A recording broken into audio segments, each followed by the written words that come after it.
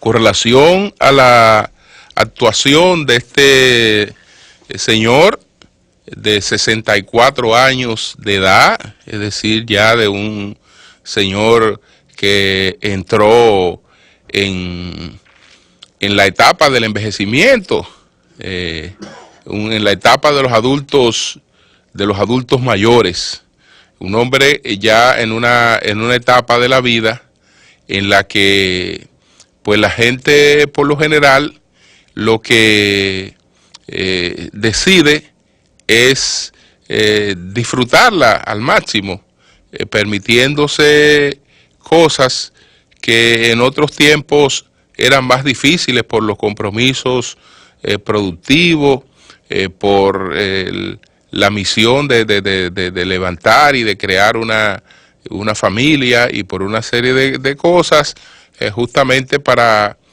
construir un retiro más o menos llevadero.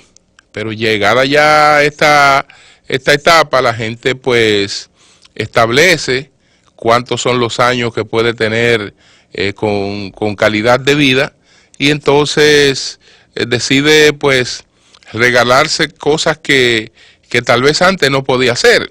Eso es lo que habitualmente hace la gente, habitualmente lo hacen la mayoría de los estadounidenses de esa edad, porque aunque hablamos en sentido general de una cultura que está entronizada entre los Estados Unidos con el porte de armas, el bendito problema es que aunque la mayoría porta armas y tiene posibilidad de portar armas, pues ese comportamiento es un comportamiento aislado, aunque produce tragedias como esta de Las Vegas. Incluso en este caso estamos hablando de la mayor tragedia, la mayor masacre que haya producido un individuo con disparos de armas de fuego, porque lo otro tiene que ser un atentado terrorista con explosivos en lugares estratégicos donde hay gran concentración de público, pero disparando con armas de fuego. Esta ha sido la masacre mayor que ha vivido los Estados Unidos. Entonces la pregunta es, ¿qué puede llevar a un individuo a una cosa como esta? Cuando se trata de aquellos individuos que están insuflados por el fanatismo religioso, me refiero por ejemplo al sector de los islámicos falafistas, que ellos pues la gente del falafismo, ellos tienen una razón para morir y una razón para matar. La razón es que les espera una vida mejor que la que han vivido en la tierra. Entonces ahí el temor a la muerte, que es una de las razones que norma el comportamiento social, es decir, nosotros actuamos como actuamos, con conductas moderadas por el temor a la muerte. Por el temor a la muerte, uno no comete locuras, usted más o menos se cuida en el tránsito, aunque sabe que hay muchas imprudencias, hay límites que nos rebasa, y todo esto por el temor a la muerte. Hay otros temores, por el temor al descrédito, el cuidado de la imagen y una serie de cosas que son también importantes, pero fundamentalmente el mayor freno que pueda tener un ser humano es el del temor a la muerte. Y ese temor está al mismo tiempo condicionado por otros temores, porque es importante pero también es importante el temor a Dios para la mayoría de la gente. Es decir, hay gente que mata porque entiende que gana un puesto importante en el séptimo cielo, porque gana la gloria en el séptimo cielo. Entonces esa gente no tiene temor de Alá, porque Alá le va a bendecir en función de que están cuidando a Alá, pues al actuar contra las personas que se salen de la ortodoxia. Entonces ahí no está el temor a la muerte, porque la muerte es premiada, y no está el temor a Dios, porque Dios es el que va a premiar ese tipo de muerte dentro de sus creencias. Entonces, cuando no está esta condición, que parece que en este individuo de 64 años no estaba, es decir, él no cometió esta masacre porque pertenezca, hasta ahora no ha podido establecerse, a una célula porque tenga vínculos con el terrorismo que tantas muertes ha causado en los últimos años, es decir, con el Estado Islámico, con Al Qaeda, con alguna de estas expresiones aisladas que ha usado los islámicos radicales, los islámicos de la Falá, para expresarse en el mundo. Él no tenía este componente. Entonces se supone que debió estar dotado de los otros componentes. El temor a Dios, el cuidado del buen nombre, sobre todo lo que ocurre cuando hay una familia a la que se le lega cualquier tipo de actuación, y eso también se constituye en un freno de la gente. Entonces, lo que parece ser una persona que enloqueció, y fíjese cuáles han sido las consecuencias.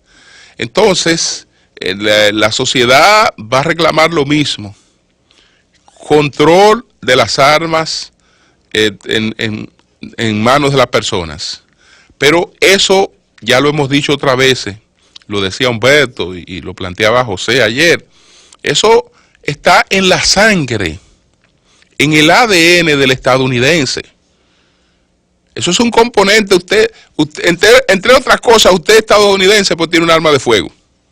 Entre los requisitos, así como usted tiene que usted tiene un culto a la bandera, usted tiene unas simbologías con las que se identifica. Bueno, una de las cosas que la característica es que lo caracteriza es que usted porta un arma de fuego. Eso es una característica, algo que culturalmente se ha entronizado en el ADN por varias razones. Una de ellas, pues, era la propia defensa de la República, porque Estados Unidos se independizó de una potencia. Al independizarse de una potencia, pues tenía el temor, en principio, sus padres fundadores, de que esa potencia intentara recuperar a Estados Unidos, y una de las razones entonces para armar la población era justamente previendo esta posibilidad. La segunda es por el concepto de la democracia. Como el monopolio de las armas en manos de una persona puede conducir a una dictadura, es decir, el monopolio de las armas en manos de un monarca lo conduce al establecimiento de una dictadura. Entonces, el armamentismo consistió en uno de los garantes de la democracia. No habrá monopolio de las armas en manos del Estado controlado por un hombre. No, habrá uso de las armas por todos los ciudadanos. Y entonces nadie podrá imponer el monopolio de las armas sobre la población. Y sobre estos factores se fue creando esa situación que ya hunde sus raíces en los años que tiene esa nación de creada, y fíjense lo difícil que va a ser producir cambios fundamentales en eso. Yo entiendo que tal vez lo que habrá será mayores regulaciones y estudios preventivos. Estudios preventivos porque algunas señales debe dar un individuo como este antes de cometer un acto de barbarie de tal magnitud. El sol de la mañana, el sol de la mañana. Jorge Glass Espinal, vicepresidente de Ecuador, pues ayer fue condenado, o no condenado, no. Ayer se emitió una medida de coerción que lo priva de su libertad, en lo que se avanza la investigación sobre el caso Odebrecht. El fiscal de la Nación, el señor Carlos Boca Mancheno, había solicitado ante el juez de la Corte Nacional, Miguel Jurado, pues que se interpusiera prisión preventiva contra el vicepresidente de la República, Jorge Glass Espinal, y contra su tío, Ricardo Rivera. El alegato es el peligro de fuga. Peligro de fuga, que es algo muy difícil de concebir en el caso de un vicepresidente de la República. Es decir, ¿hacia dónde se fugaría un vicepresidente activo? ¿Hacia dónde? Eso es inconcebible, que tuviera planes de evadir una investigación, que tendría planes de fuga. En todo caso, si tiene algún tipo de implicación, esto es lo que agravaría absolutamente todo. Pero bueno, el juez entendió que sí, que había peligro de fuga, y ayer Jorge Glass pues fue enviado a prisión. Y esto tiene una serie de implicaciones. En el plano político, sabemos que desde el principio Glass Espinal y Lenín Moreno, que es el presidente ecuatoriano, se habían separado. Y se habían separado porque creo que el correísmo y el propio Jorge Glass Espinal cometieron graves errores en principio. Y Lenín Moreno llegó prevenido al poder contra esos graves errores de un vicepresidente que se creía que iba a gobernar. ¿Por qué? Porque habían escogido como presidente a un señor con minusvalía, y entonces ellos entendían que esa situación de Jorge, del presidente Lenín Moreno, era en todos los sentidos. Y resulta que Lenín Moreno lo único que no puede es caminar por sí, pero su mentalidad y su vocación para el ejercicio del poder no la tenía limitada. Entonces Lenín Moreno se da cuenta de los planes que tiene el vicepresidente, que el vicepresidente se cree que va a ser el presidente, y detrás de él Correa, que ellos han escogido un muñeco para ponerlo ahí como presidente de la República, y el presidente de la República, calladito, desde que se juramentó, una de las primeras medidas que adoptó fue la de quitarle todas las funciones administrativas al vicepresidente. Solamente le dejó las que no le podía quitar, que eran las constitucionales, que es la de sustituir al presidente en caso de forma temporal o definitiva. Eso no se lo puede quitar porque eso se lo daba la Constitución y se lo da en todas partes al vicepresidente de la Constitución de la República. Pero todo lo demás se lo quitó.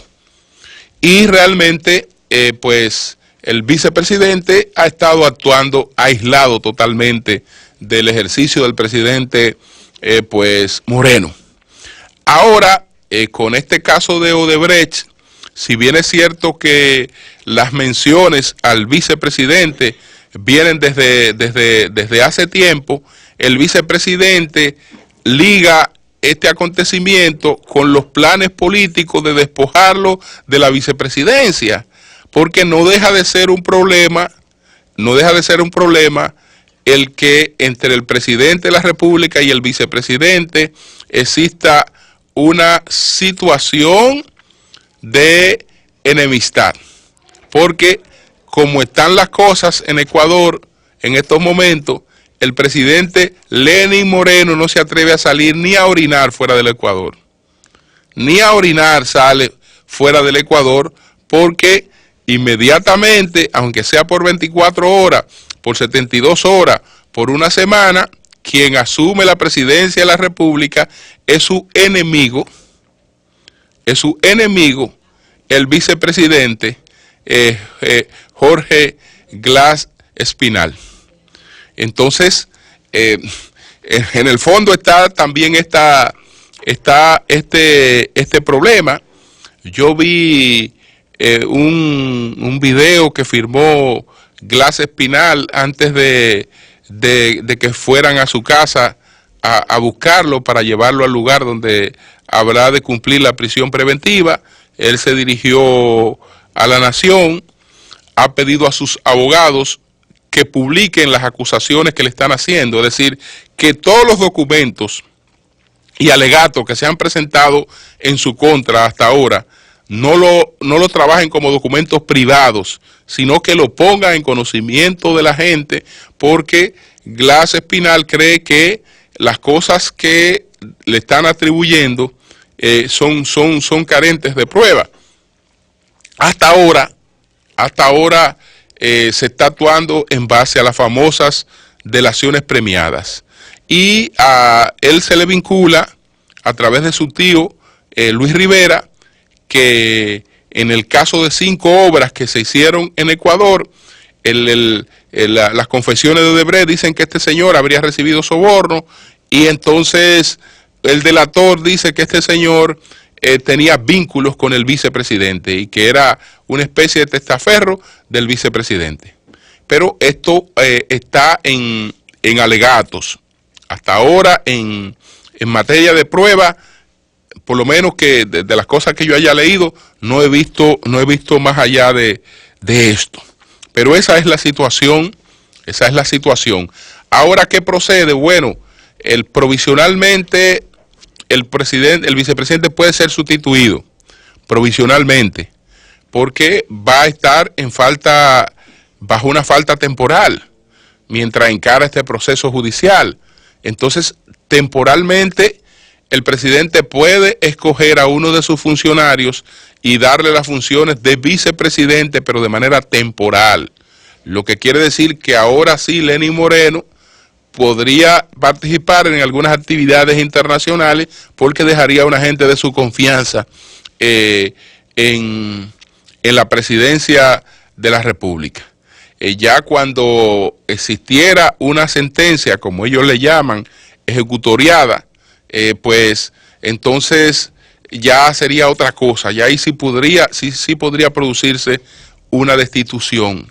Pero de la forma en que ha sido elaborado estos expedientes, que hay siempre muchas posibilidades para el show, pero escasas posibilidades al momento del juicio de fondo, en función de lo que se ha estado manejando, entonces tal vez no se llegue a una sentencia ejecutoriada que es la única que puede provocar la destitución definitiva del vicepresidente de la República. Pero esa es la nueva sobre los escándalos Odebrecht en América Latina, el apresamiento en el día de ayer o la orden de prisión contra el vicepresidente de Ecuador, Jorge Glass Espinal, bajo el alegato de que supuestamente representaba peligro de fuga. El sol de la mañana. El sol de la mañana. Bueno, señores, ayer estuvimos muy atentos a la reunión del Comité Político del Partido de la Liberación Dominicana, en la que se iba a tomar decisión sobre un asunto fundamental. Y ese asunto fundamental era los temas que conllevan varios artículos de la ley de partido. Están los artículos 33 y 34, pero sobre todo el artículo 37 y el artículo 39, que son los artículos donde se establece el asunto este de las primarias, cómo se harían las primarias, si las primarias serían simultáneas, y el otro artículo es el que tiene que ver con qué tipo de padrón se harían las primarias. Entonces, ¿qué pasó ayer en el Partido de Liberación Dominicana? Bueno, la reunión fue una reunión que se condujo con mucha altura y un espíritu de confraternidad, que no ocultaba las contradicciones, pero que expresaba el deseo de manejar esas contradicciones sin crear una situación que presentara a un PLD dividido frente a una temática como esta. Por esa razón, el comité político, salvo situaciones muy especiales, salvo situaciones en lo que sea estrictamente necesario, no lleva los puntos a votación.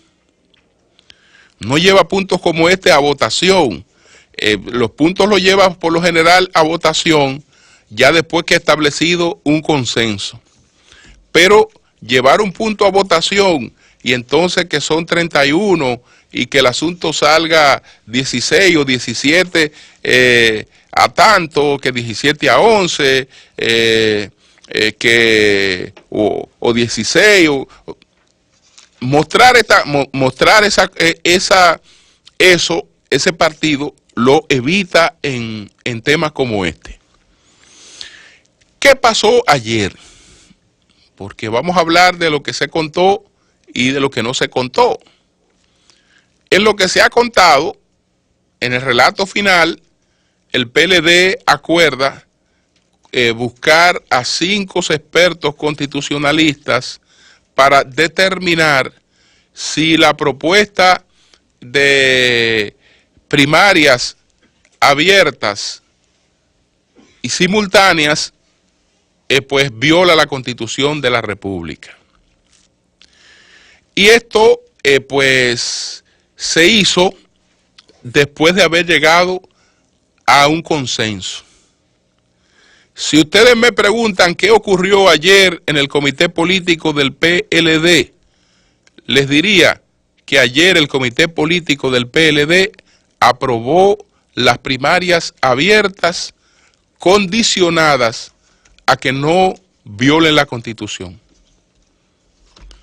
¿Por qué les digo que el PLD aprobó ayer a unanimidad las primarias abiertas? Porque ese fue el compromiso que se hizo en el comité político del PLD anoche. El doctor Leonel Fernández, presidente del Partido de la Liberación Dominicana, y el presidente Danilo Medina expresaron cada uno sus puntos de vista sobre el tema.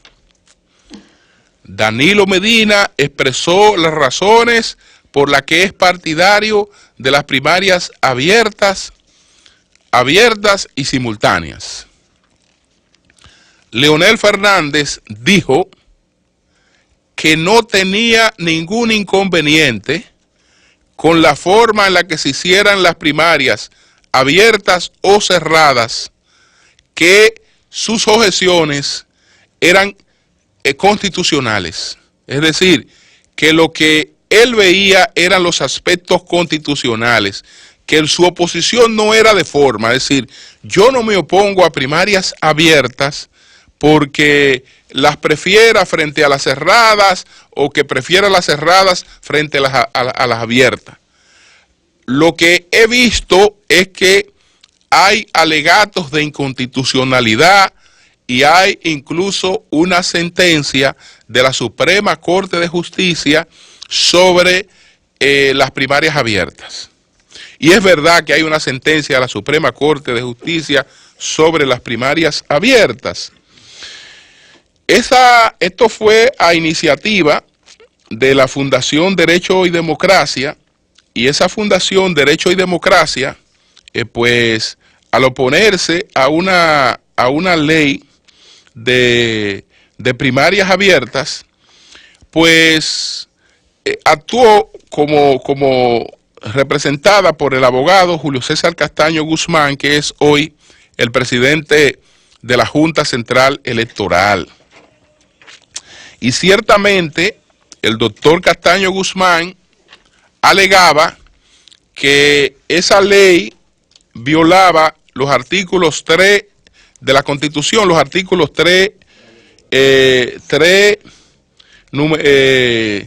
y el 8, numeral 5 y 7, que violaba el artículo 46, 89, 90, 92, 104 y 115, párrafo 1 de la Constitución de la República. Bueno, entonces ahí hay alegato de violación de varios artículos constitucionales cuando esto se aprobó, pero resulta que el artículo que tuvo el mayor peso fue el artículo 115. Es decir, el artículo, si bien es cierto que en el recurso que introdujo el doctor Julio César Castaño Guzmán, pues se habla de que se violaban varios artículos, el artículo que estaba claramente que se violaba era el artículo 115, que es aquel artículo de la Constitución, y me refiero a la que era del 2010, no a la anterior, a la del 2010, que no fue variada ahora, sino solamente en un aspecto. Entonces, ese artículo 115, vamos a ver,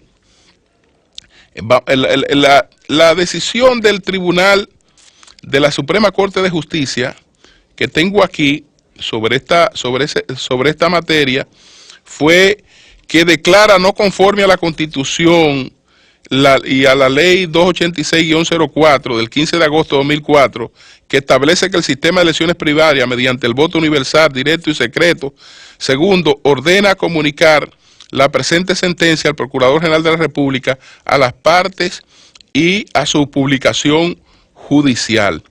Pero en la parte, digamos, final de la sentencia, el tema que está mejor motivado es el tema que tiene que ver con la provisión de fondos, que es lo que establece el artículo 115. Y hay una ley también que el legislador, a la hora de pautar, a la hora de decidir una actividad que conlleva erogación de fondos, no puede decir, por ejemplo, le vamos a dar el 10% a tal actividad, o le vamos a dar, vamos a aprobar una actividad que conlleva 500 millones de pesos. Tiene que identificar de dónde van a salir los fondos, si no, la ley es inconstitucional. Ese fue uno de los artículos, digamos, que estuvo presente en el voto de la mayor parte de los miembros de la Suprema Corte de Justicia de entonces. Considerando, finalmente, lo dice esta sentencia, considerando que finalmente se imputa a la ley de primarias, la número 286-04, no indicar la fuente de donde provendrían los recursos para solventar las necesidades que se crean con su puesta en ejecución, que en efecto el artículo 115 de la Constitución, párrafo 1, dispone que no tendrá efecto ni validez ninguna ley que ordene o autorice un pago o engendre una obligación pecuniaria a cargo del Estado, sino cuando la misma ley cree los fondos especiales para su ejecución o disponga que el pago se haga de las entradas calculadas del año y y de estas quede en el momento de la publicación de la ley una proporción disponible suficiente para hacerlo. Ese fue digamos, el alegato más fuerte que hubo contra la ley 286-04, el que no establecía la provisión de fondos para las primarias que estaba pautando. Repito, es cierto que hay alegatos de otras violaciones, pero por ejemplo cuando hablamos de que esto vulnera el artículo 3 de la Constitución, decía el recurso de Castaño, y buscamos el artículo 3 habla de la inviolabilidad de la soberanía y del principio de no intervención, es decir, es un asunto un tanto genérico. La mayor parte de los alegatos ahí son genéricos, no son tan específicos como el hecho de que si usted ha aprobado una ley, tiene que determinar de dónde salen los fondos de esa ley, pero se decidió entonces que opiniones especializadas trataran este tema y dieran una orientación al PLD sobre este tema. Esa fue la propuesta del presidente Danilo Medina para evitar la votación y la decisión anoche de las primarias abiertas. De lo que se trata es de no reflejar la imposición de una decisión, sino que es una decisión que se ha llevado por el consenso. Porque, repito, lo que se aprobó anoche en el comité político, lo que comprometió a todos en el comité político fue la aprobación de las primarias abiertas, incluyendo los que la estaban objetando, siempre y cuando esas primarias abiertas no violen la Constitución. Entonces, si hay demostración de que violar la Constitución, ahí se produjo otra intervención del presidente Danilo Medina, que dijo que cuando se juramentó, juró cumplir y hacer cumplir la Constitución y las leyes. Que si hay aspectos ahí que son inconstitucionales, él no va a apoyar las primarias abiertas. Así es que vamos a esperar la opinión de esos expertos, aunque dudo mucho que ellos se metieran a un debate como este sin antes haber escuchado las opiniones de expertos. Cambio y fuera.